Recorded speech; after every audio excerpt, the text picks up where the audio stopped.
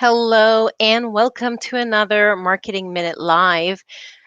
Karen here with IGV, Hi. and I am joined by Jasmine. Let's get our names up here. Hi, everyone. Welcome back. If you sense a sigh of relief in my voice, it's because the internet, I had to restart it right before we started, and waiting for it to come back up was like watching a pot of water boil, and time is counting down. I'm like, oh my goodness, we're not going to make it. But sure enough, just in time, it came back Mhm. on, and here we are today. Literally just in time. So, whether you're joining us live or you're watching the replay, we would love to know where you're connecting from. So, just type it in the Mhm. comments below, and let's get right into today's live, Yep. shall we? Another question to start off today is, do you use Facebook or Instagram ads? That's actually the topic for today, specifically just for Facebook and Instagram. These ads can be really effective in driving awareness to your business or to your website and also generating new leads. But you So, have to know how to use them wisely. exactly, that is key. So, here's the question that we have for you. Do you find Facebook or Instagram advertising intimidating, or maybe you find it frustrating? And this could be because you feel that you've wasted money during a campaign or two, and maybe it didn't produce the results that you hoped for. And the thing about Facebook ads, if as you keep on trying to figure it out along the way, maybe you're feeling like you're losing money, and that has caused you to feel discouraged and probably decided not to use it any further. Mhm. Is that you?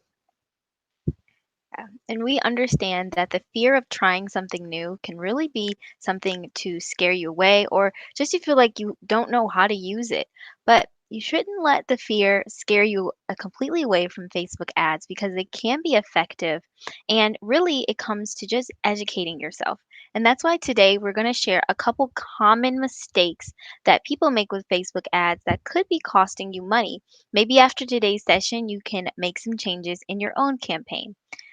So, we're going to start off with the first mistake that you can stop to avoid money leaking from your marketing budget, and that is not familiarizing yourself with Facebook's advertising policies. Now, Jasmine, for the benefit of our viewers, maybe you can clarify advertising policies. When I think of policies, I think of rules and regulations. Now, is this what you're referring to?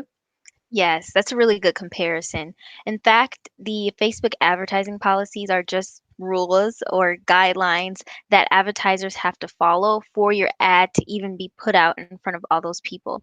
Basically, Facebook monitors what ads people see, and they're going to approve whether or not your content is appropriate. So that makes a lot of sense. After all, you're using Facebook, so you may as well play by their rules. One example of policies that come to mind would be specifying gender or in your ad copy, or making health claims, in your ads. And Mhm. while you're able to target gender, you want to be careful not to um, make it exclusive in your ad copy. So for example, using something in the ad copy that says the best shaving cream for men. This is something that Facebook would flag. Now, how would you see that show up? Would they reject it altogether? Okay, good question. So those are good examples of ad policies that you may break that your ad will be rejected. Meaning you'll set up your campaign and then you'll get an email saying that Facebook has rejected your ad and you have to redo it. But other times there are some policies that you can go ahead and make the ad copy. You may even see a couple ads that use certain words, but what Facebook does is it decreases the amount of people that get to see your ad and ultimately, that means you just end up paying more money than if you would have just avoided those words altogether. So, an example of words like this are grow, or even using arrows in your picture or your ad copy photos can really decrease the chance of more people seeing them, which means you end up paying more. And Facebook explains all this in the ads policy. They even explain why certain things they don't want you to use, and it's important to understand those so that that way you can be making the most of your budget. So just because your ad isn't rejected, that doesn't mean that everything is okay with that ad. Right. So definitely, that's a good point. I'm so glad you mentioned that. So we can see why it's important to review those policies, be familiar with them, so that way we can make sure that we're not avoiding things like what you just talked about and end up wasting a lot of money on our ads. So, what is another mistake that someone can make? Maybe not paying attention to analytics or even testing your ads or your Mhm. audience. Would that be Exactly. one? Mhm. And that's a big one too, because you can learn so much from your analytics. They're really important to look at your data. If you just kind of like throw money out on Facebook ads and hope that it sticks, you may be in for some damage. And this is because you have to have a plan. But even more important than having a campaign plan is being ready to adapt and change if the data tells you to do so. Because each business's experience with Facebook can be unique, and you have to figure out what works well for your audience and your business. Yeah, this is such a valid point. If you don't pay attention to your analytics, like how many link clicks or how much did it cost you to reach this many people, this can end up costing you. So you want to make sure that you're paying attention to these things. And one thing that also comes to mind, Jasmine, is the fact that as you are running an ad, Facebook takes you through this learning process because it's Mhm. getting to know your audience and making sure that it's picking the right people to show your ads to. So you want to make sure that when you're making changes, you're not making too many changes because it starts the whole learning process over again, and that can contribute to waste. So you want to try out different things when you're running your ads, but at the same time be careful of how many changes you're making all at once. Very good. I'm glad that you brought up the learning phase that Facebook goes through with the ads.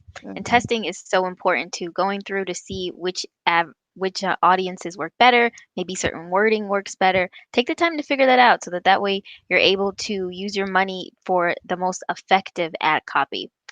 The last mistake that you may be making is not having a plan for lead generation. So not every single person who clicks on your ad will actually purchase immediately. But if you can try to follow up on that interest with maybe another ad or even an email, so that way you can kind of nurture that interest and turn it into a lead. So for some people, it may mean they may need some sort of reminder about what you're offering, creating an opportunity for them to build trust, get to know you a little bit more. And this is so important before you offer them the buy button. Now, in some cases, people will go ahead and buy right away, but Mhm. some people they need that trust factor in place. So ask yourself, can you create a plan to nurture that interest or even capture leads with your ad? And then can you take it a step further and follow up with, like, get them to sign up, join your email list, and then retarget them with maybe another ad or even an email. Awesome, awesome. And another question that you may ask when you're thinking about this lead generation plan is your landing page. What's on your landing page? Mhm. Do you have a way to maybe have them sign up for the email list, or have you created an audience where you're able to track who visited your website or who just liked that ad? Then you can retarget them, as Karen mentioned, with another advertisement. The most successful ad campaigns on Facebook have a sales funnel or a conversion path that the customer takes to lead them to that sale, because As you mentioned, not everyone will automatically buy. You may have some who do, but some people still have to go down the conversion path. Exactly. So here's your takeaway for today. Facebook ads will benefit your small business. However, your ad campaign success really depends on how well you create that ad and how well you manage it. Mhm. And if you want to learn more about digital ads specifically for Facebook and Instagram, I'd love if you join the Dominate with Digital Advertising, which will be held next month. We're going to discuss how to interpret those analytics, how to come up with a really good strategy to use, and also just some best practices when you're creating and designing your ads. Well, this brings us to the end of another Marketing Minute Live. We want to thank you for joining us. Make it a great week, and we look forward to seeing you next week, same time, same place. Bye for now. Bye.